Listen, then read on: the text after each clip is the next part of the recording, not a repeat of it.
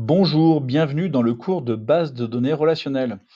Nous abordons la deuxième activité ou la troisième sur les modèles de données.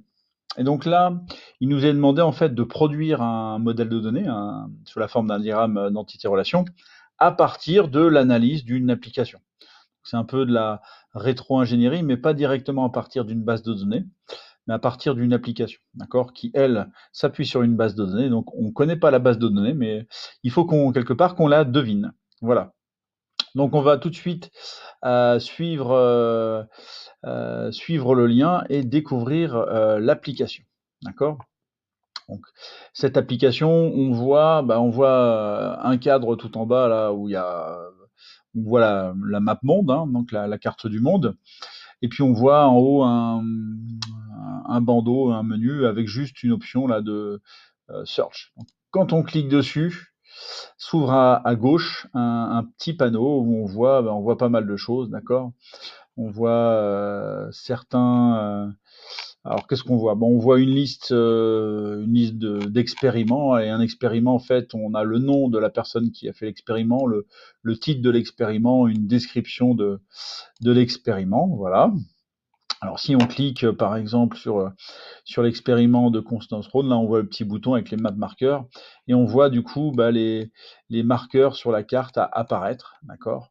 Puis on peut peut-être cliquer sur un marqueur et quand on arrive ici, et ben, on voit une photo, d'accord, avec une description de cette photo. Et tout en haut, on a la date et puis la description, le lieu, d'accord.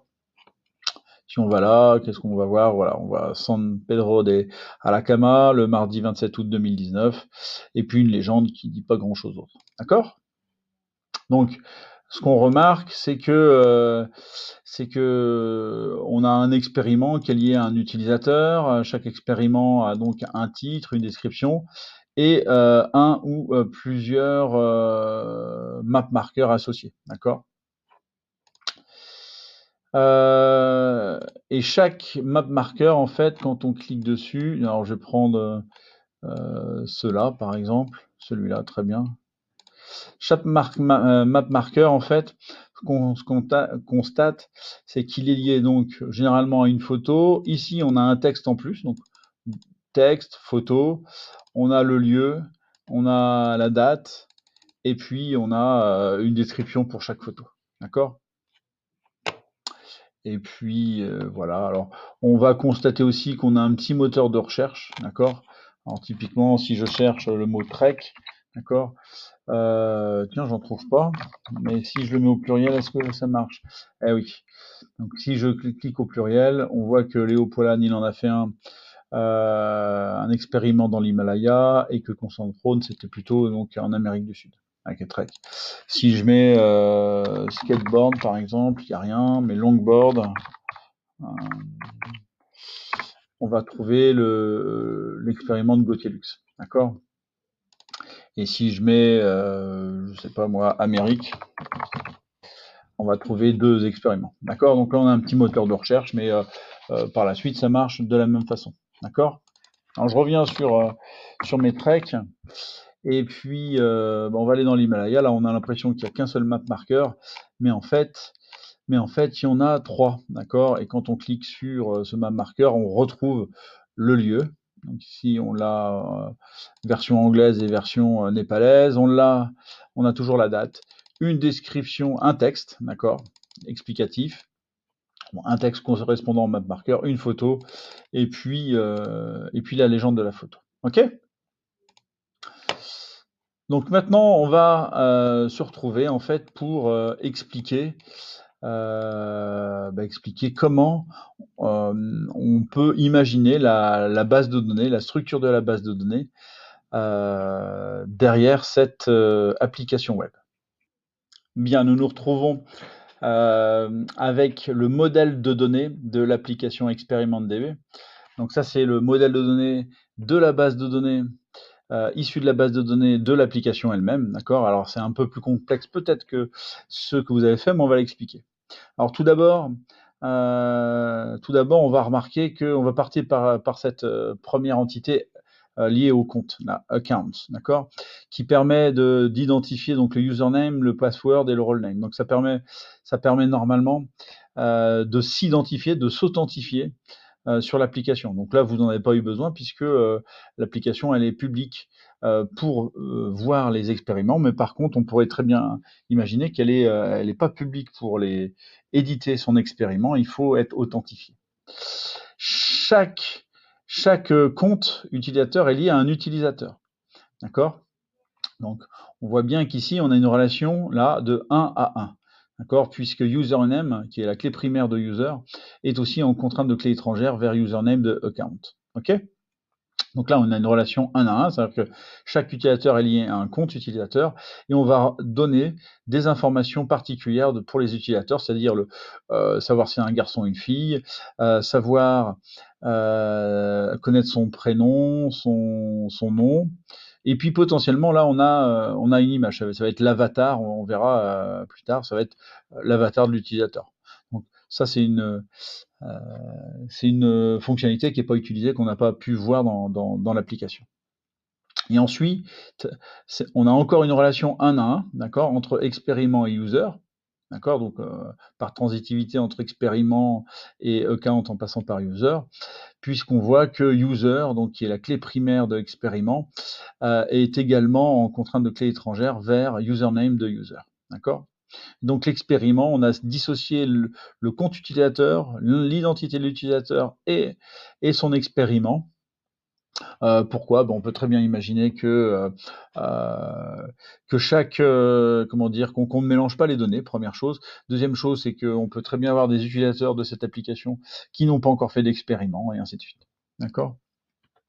Et donc dans les données qu'on a dans l'expériment, on commence à les retrouver affichées dans l'application. Donc on a le titre, d'accord, et la description de l'expériment. On avait auparavant first name et last name, on les avait retrouvés dans l'application. Ok. Donc là, chaque expériment est lié à un utilisateur qui est lié à un seul compte utilisateur. Ok. Mais chaque expériment est lié, alors on le voit ici, à plusieurs événements. D'accord. Donc, un événement, lui, est lié qu'à un seul expériment. D'accord. On a effectivement une relation expériment d'événement vers expériment. OK. Donc, chaque événement a un expériment. Inversement, un expériment peut avoir plusieurs événements. Et ça correspond quelque part au map marker. OK. Et on peut le voir en quoi c'est un map marker, on peut le voir sur cette relation-là, d'accord? C'est-à-dire que chaque événement est localisé à un endroit, ok? Donc l'endroit est représenté par l'entité places et on a donc la latitude, la longitude, ce qui permet de placer le map marker sur la carte. Et puis on a plusieurs autres informations, notamment la ville et le pays, d'accord? Et puis qui sont forcément définies. Et puis on a d'autres informations comme le nom, l'adresse ou le code postal par exemple de cet endroit, ce qui n'est pas forcément tout le temps défini. Et c'est cette information qui apparaît sur la bulle, quand on clique sur un map marker, c'est l'information qu'on voit apparaître tout en haut, d'accord? Et on voit aussi l'information de localisation, mais aussi l'information de la date. On le voit dans event time, qui est de type datetime. Donc on a dans cet attribut time, on a à la fois la date et l'heure. Donc on n'affiche pas l'heure. On n'affiche pas l'heure dans la pop-up, mais on affiche au moins la date, d'accord? Alors cet attribut time permet d'ordonner en fait tous les événements d'un expériment par rapport à sa date et donc de retracer quelque part la liste des événements. Et chaque événement, alors pour l'instant, on arrive à refaire le lien entre l'ensemble des expériments. Pour un expériment, l'ensemble de ces événements et ces map marqueurs. D'accord. Par contre, le contenu, le titre en haut, tout en haut, donc avec le nom de l'endroit et la date, on voit d'où ça sort. Par contre, on n'a pas le contenu textuel ou des images. Et là, on voit en fait avec l'entité là élément en fait que élément dessine, correspond à une entité, à une association de type plusieurs à plusieurs. D'accord? On a effectivement une première relation vers les événements et une deuxième relation vers les médias. D'accord? Et donc, comme à la fois événements et médias dans cette table forment la clé primaire, on a le cas typique d'une association de type plusieurs à plusieurs. Donc là, on a un à un à un à plusieurs, un à plusieurs, et là, plusieurs à plusieurs. Un à plusieurs, c'est-à-dire qu'effectivement, un événement se fait à un seul endroit. Par contre, un endroit pourrait être visité par plusieurs expériments. En fait, plusieurs étudiants ont pu se rendre au même endroit à un moment plus ou moins différent de leur expériment. D'accord? Années différentes, jours différents, et ainsi de suite. Et donc là, on a avec élément une association de type plusieurs à plusieurs caractéristiques. Ok? Et on termine ici donc avec média. Donc un élément associé à un événement à un média. D'accord? Donc ce qui veut dire qu'on peut avoir plusieurs médias associés à un événement et qu'on pourrait même imaginer qu'un même média soit associé à plusieurs événements. Il n'y a aucun interdit là-dessus. On a l'attribut index un entier qui permet quelque part de dire quel est l'ordre des médias pour un événement. D'accord?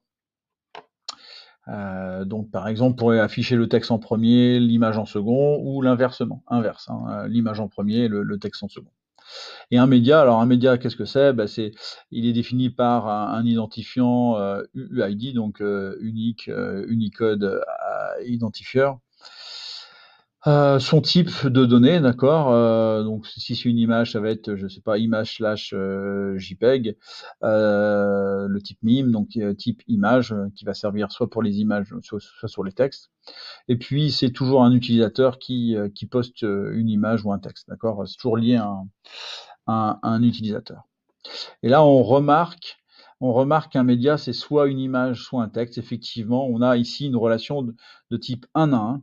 D'accord? Donc, on a un héritage, c'est-à-dire qu'un texte, c'est un média qui contient du texte, tout simplement, et une image, c'est un média sur lequel on va référencer le fichier de l'image avec cet attribut path, la taille de l'image, le nom de l'image. Et c'est le nom de l'image qu'on voit apparaître à la fin en